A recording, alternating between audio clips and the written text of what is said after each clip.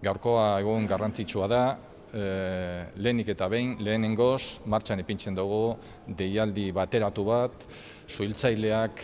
hautatzeko eta prestatzeko. Da momentu bat, non bai gobernua eta bai Euskadiko erakundeak bat egiten dute,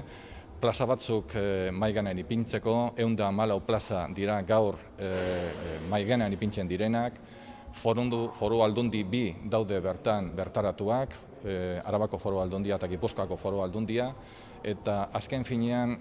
helburu bat bakarra da, eta da hautatzea eta prestatzea pertsonak lan egiteko bai beraien tokietan, bai kasu honetan Gipuzkoan edo Araban, baina jakinda azken finean kolaborazio bat egon behar dela talde guztien artean, kopuru guztien artean, eta prestakuntza bat bakarra eukitea importantea da hori azken finean lortzeko. Ia 1.600 pertsona izan ziren euren izena eman zutenak prestatzeko aurkezteko azterketa honetara. Azkenean izan dira ia 180.000 aurkeztu direnak,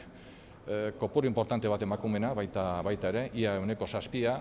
eta prozesua aurrera joan da, lortuko ditugu horrek 114 pertsonak euren lanpostutara joatea, eta gauze bat oso importantea baita be, lanpoltza bat sortzea. Azken finean postua bete behar dira, bai importantea da baita be, eukitea pertsonak ordezkatzeko bajan daudenak edo arazoren bat duten funtzionarioak.